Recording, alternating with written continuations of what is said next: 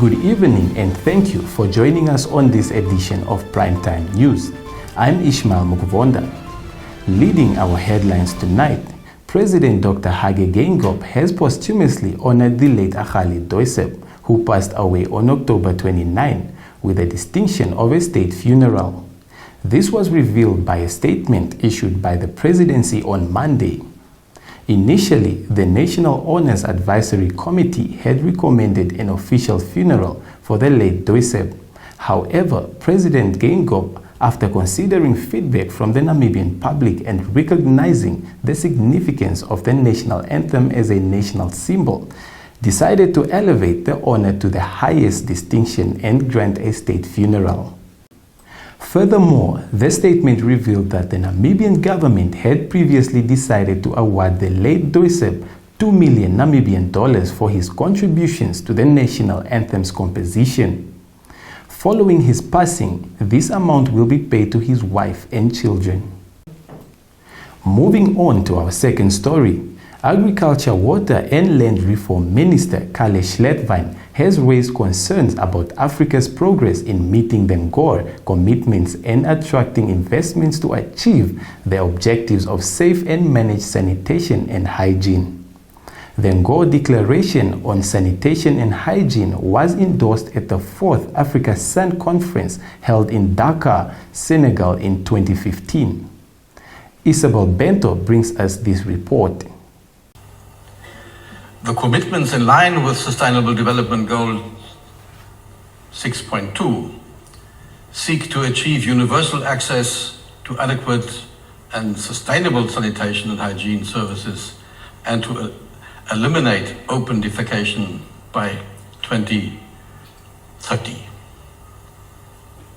Paying special attention to the needs of women, girls, and those in vulnerable situations. We can therefore show that the importance and safety of managed sanitation and hygiene cannot be overemphasized, and it was not. It is, however, part and parcel of the water cycle management, which is now in crisis due to climate change. Sanitation and hygiene cannot be addressed as a standalone matter. It must, in my opinion, be considered as an integral part of the climate change and development agenda relating to water cycle management. Apart from being a basic fundamental human right that empowers individuals and transforms communities, it is indeed a basic enabler for bringing about health and well-being, education and economic transformation. In fact, the achievement of the African Union Agenda 2063, especially the aspiration on a prosperous Africa based on inclusive growth and sustainable development, hinges on safely managed sanitation and hygiene and water resources. Moving on, Kare's Governor Aletta Frederick emphasized the vital role that state-owned enterprises play in the economy, while underscoring the necessity for a comprehensive policy that establishes a robust framework for the success of all public enterprises. Governor Frederick made these remarks during a stakeholders consultative meeting on Monday to gather feedback on the draft public enterprise ownership policy. This policy seeks to delineate the state's role and enhance its function as a shareholder. For more details, let's delve into this report.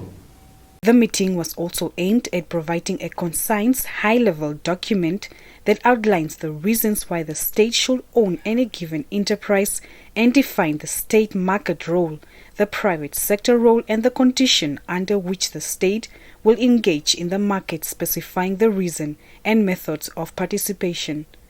Friedrich said state-owned enterprises play a significant role in the economy by contributing to growth, creating employment, and providing essential services. They also constitute a key part of national assets, making them central to the country's developmental and economic agenda. She said it is imperative that they have a well-defined ownership policy that ensures these entities operate efficiently, transparently, and in the best interest of the public. Consequently, reform of public enterprises forms part of a broader transformation agenda in the country. Reporting for Primetime News, Diana Kauda. Former academic and economist Omu Kakuyaha Matundu emphasized that the Namibian parliament can only effectively hold the executive accountable for budgetary expenditure if it establishes a fully fledged budget office. Kakuyaha Matundu pointed out that while Parliament does have a budget committee, it currently lacks the capacity to thoroughly scrutinize and oversee the execution of the national budget. These remarks were made during a breakfast meeting focused on the mid-year budget review for the 2023-2024 financial year in the capital earlier today. During his presentation, Kakuyaha Matundu said, "The parliament does not get the resources they need to do what they have to do. For them to do this, they need a fully fledged budget office. They have just a budget committee. What it does has almost the same capacity as the Ministry of Finance, because members of parliament are medical doctors, engineers, nurses, and teachers. They do not have the same acumen as those in the Ministry of Finance." On his part, Speaker of the National Assembly, Peter Kashavivi, said lawmakers have the mandate to guard the nation's treasury.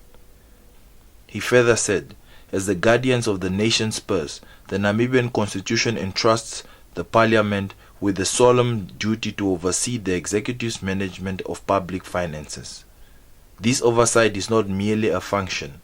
It is our covenant with the citizens of Namibia to ensure that every dollar allocated is a step forward in addressing the formidable triad of poverty, unemployment, and inequality," he said. Kachavivi noted that the breakfast meeting, which was attended by the lawmakers to unpack the recently tabled mid-year budget, will enable parliamentarians to understand and align their fiscal path with the vision of prosperous, equitable, and industrialized Namibia by 2030, while upholding tenets of transparency and accountability. Stay tuned for the business segment.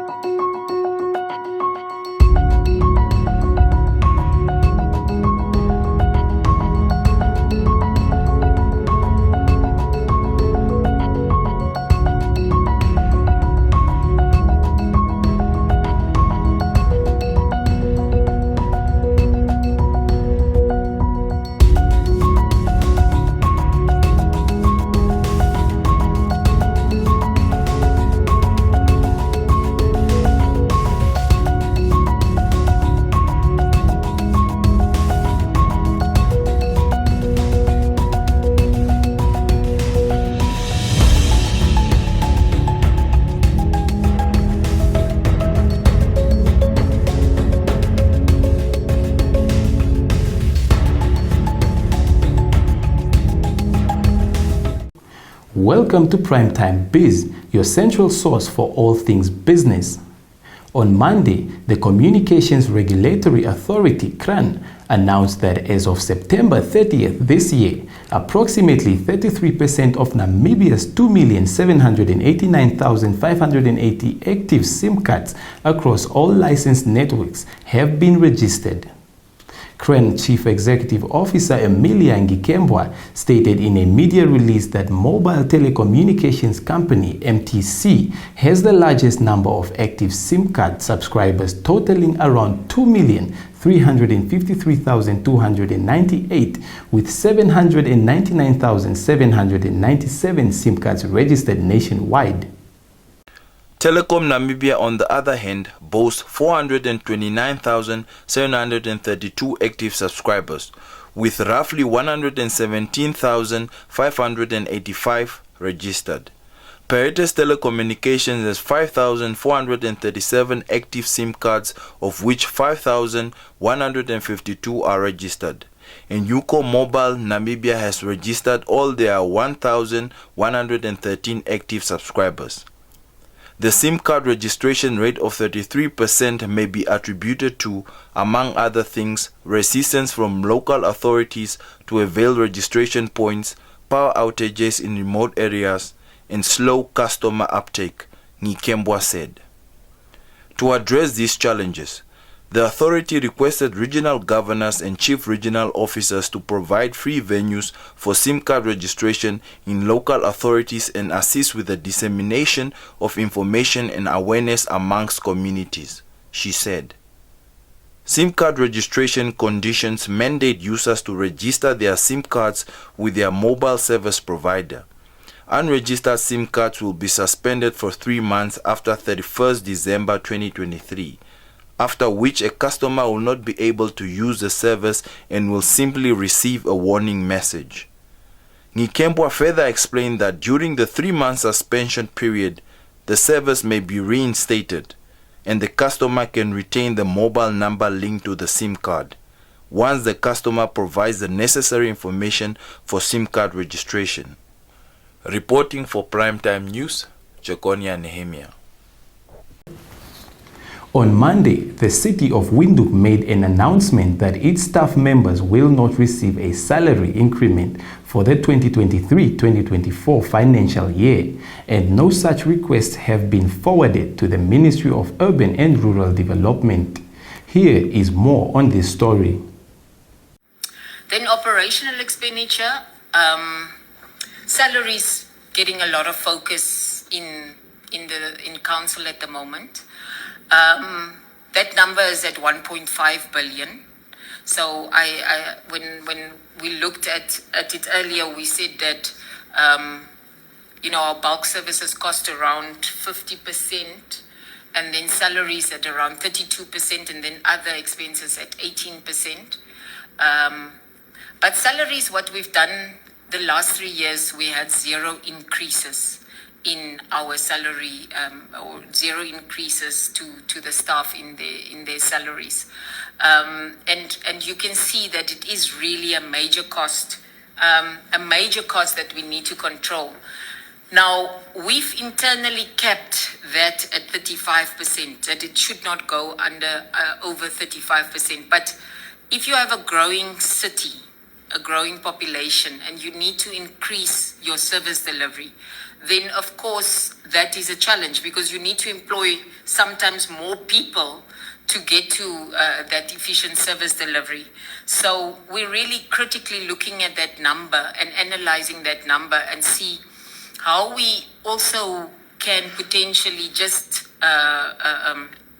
try to control that also in the future. Your Economics Roundup is up next.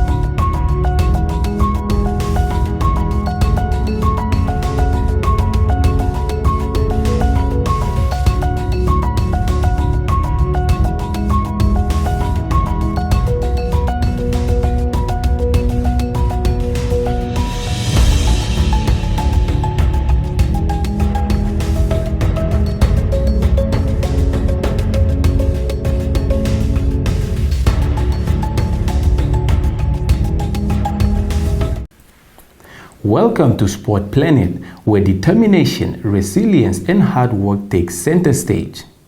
Mobile telecommunications company MTC has issued an appeal to the corporate community in Namibia, urging them to contribute a minimum of 100,000 Namibian dollars towards the senior national football team's preparations for the upcoming African Cup of Nations in Ivory Coast.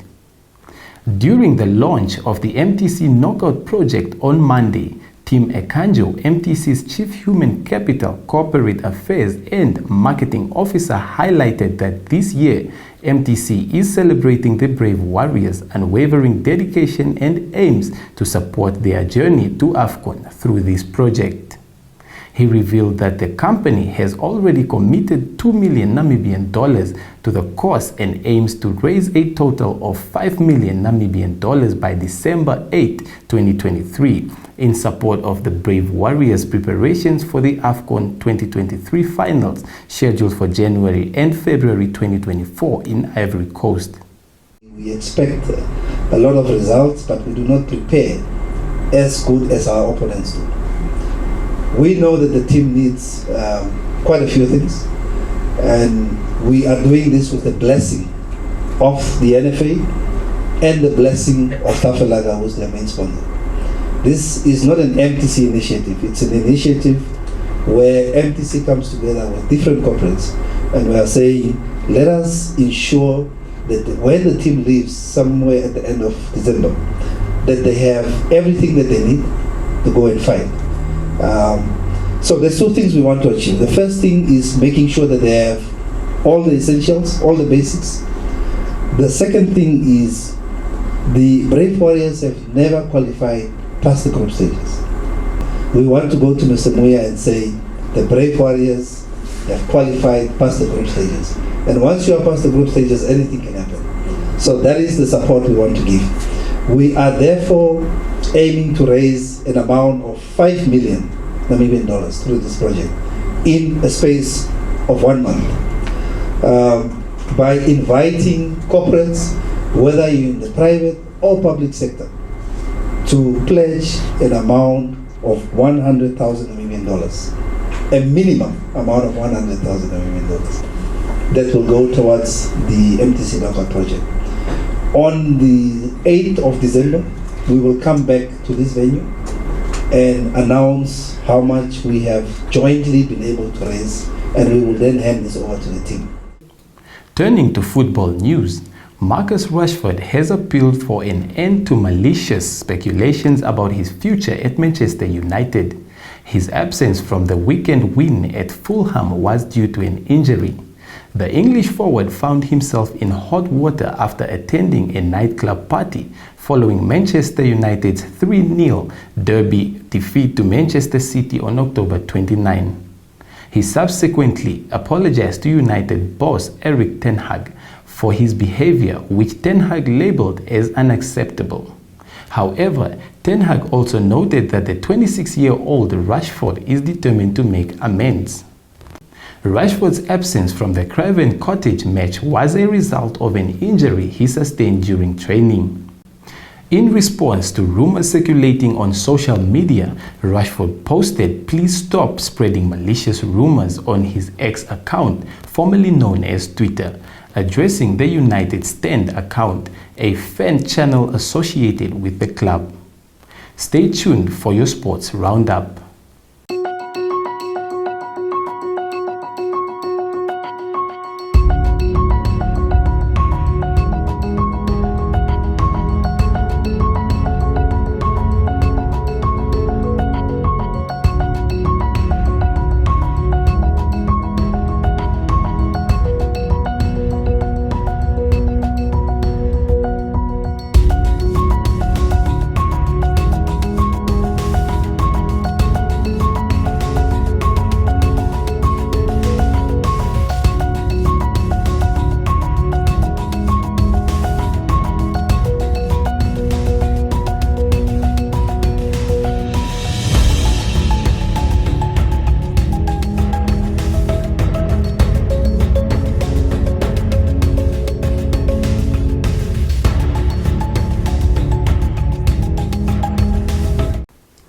That's a wrap for tonight.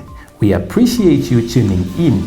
Please be sure to join us again tomorrow for more local and global updates. On behalf of myself, Ishmael Mukuvonda, and our dedicated creative team working diligently behind the scenes, we wish you all a restful evening. Good night.